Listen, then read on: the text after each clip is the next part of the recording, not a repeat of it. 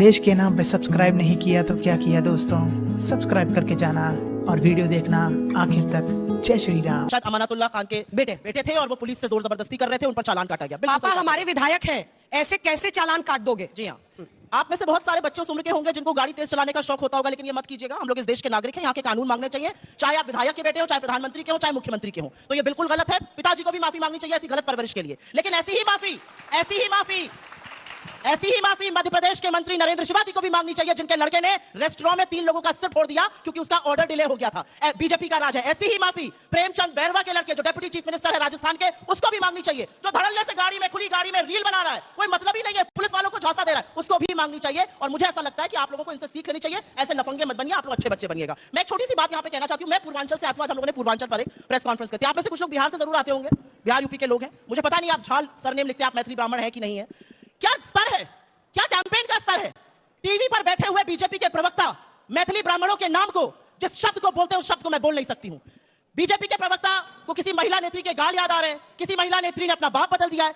केजरीवाल जी ने नया शुरू किया, एक खर्रा लेकर आए, खर्रा पढ़ना शुरू किया, मुझे ये गाली दी, ये गाली दी, ये गाली दी। मुझे तो कर्नाटक का चुनाव याद आ गया। प्रधानमंत्री मोदी भी ऐसे ही रोते थे, ऐसे ही गालियां अपनी गिनाते थे। ऐसे काम मत करो कि गाली मिले। और अगर आप सार्वजनिक जीवन में हैं तो थोड़ी सी चमड़ी अपनी मोटी कीजिए। मेरा अपना मानना है कि दिल्ली का चुनाव सिर्फ और सिर्फ भ्रमित करके हटाया जा रहा है। बीजेपी से तो मैं पूछना चाहती हूँ, चलिए आपका कैंडिडेट नहीं, आप 27 साल से नहीं है, आपके चेहरे पर यह आपका चुनावी पोस्टर है, ये पोस्टर होर्डिंग पे लगा हुआ है, कौन है भैया? प्रदेश का अध्यक्ष कौन है? बताइए तो सही। चलिए जवाब दीजिए, जवाब दीजिए। क्या मोदी जी प्रधानमंत्री के चेहरे 27 साल से बाहर है, अभी 27 साल और बाहर रहिएगा।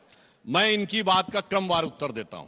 अमानतुल्लाह खां के बेटे के विषय से बात शुरू हुई और दोनों लोग उसको डाइवर्ट करने में इसलिए लगे हैं क्योंकि वो जिस वोट बैंक को रिप्रेजेंट करता, वो इतनी बड़ी अमानत है इन दोनों के लिए कि उस अमानत में खयानत की किसी की हैसियत नहीं। आप कर दिए हेलमेट अब दूसरा पॉइंट मैं बोलता हूं, सुप्रिया जी ने यह बात बोली कि किसी का भी बेटा हो उसे गाड़ी तेज नहीं चलानी चाहिए, जाके चेक कर लीजिएगा।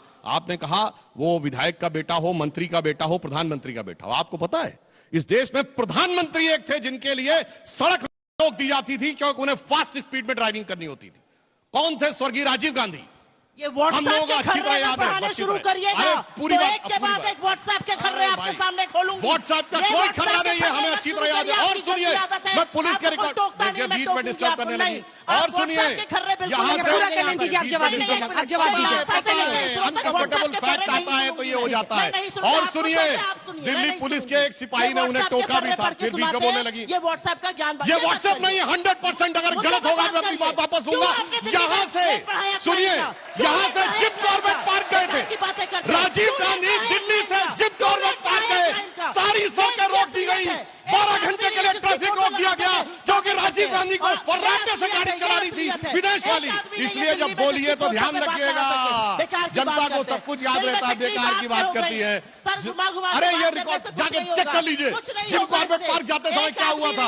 और सुनिए, चले दिल्ली में चुनाव लड़ने, एक आदमी नहीं है जिसकी फोटो लगा सके दिल्ली में चुनाव लड़ेंगे। अच्छा चलिए, इनके यहाँ ये बताइए, आप ये नहीं अध्यक्ष खड़गे जी प्रदेश में राजस्थान में लफंगे लड़के आपके मंत्रियों और उप मुख्यमंत्रियों के क्या कर रहे हैं? सुप्रिया जी जवाब सुनिए। हाँ, राजस्थान में इनके सबसे बड़े नेता थे शांति धारीवाल, जिन्होंने ये कहा था कि राजस्थान में रेप इसलिए ज्यादा हो रहे हैं क्योंकि राजस्थान मर्दों वाला प्रदेश है, शर्म आनी चाहिए। हटाया था शांति धारीवाल को। IIT के लड़कों को आप बचा रहे हैं और पीड़िता को 15 बार थाने बुला रहे हैं। आपको अपनी फितरत पे आना पड़ा। कुलदीप सिंह सेंगर उत्तर प्रदेश, और सीखने के अलावा कोई विकल्प नहीं। ब्रजभूषण शरण सिंह उत्तर प्रदेश, क्या बात करते हैं आप? शर्म आनी चाहिए। महिलाओं पे बात मत बोले करिए, उस लायक नहीं है आप लोग।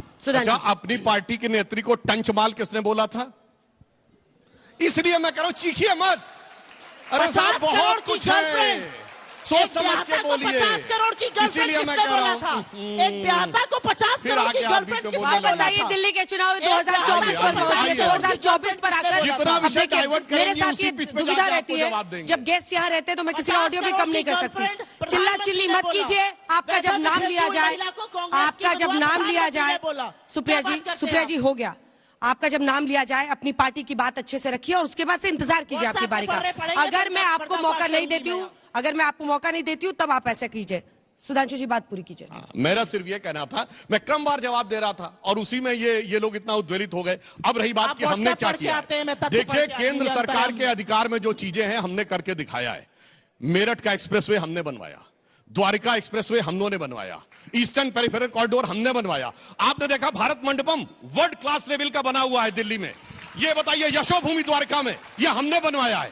जो हमारे क्षेत्र में था वो हमने पूरी तरह करके दिखाया है। मगर इन्होंने जो क्या किया, दिल्ली खांसने लगी है, केजरीवाल जी का स्वास्थ्य ठीक हो गया है। ये अंतर आया है उस जमाने से। ठीक है।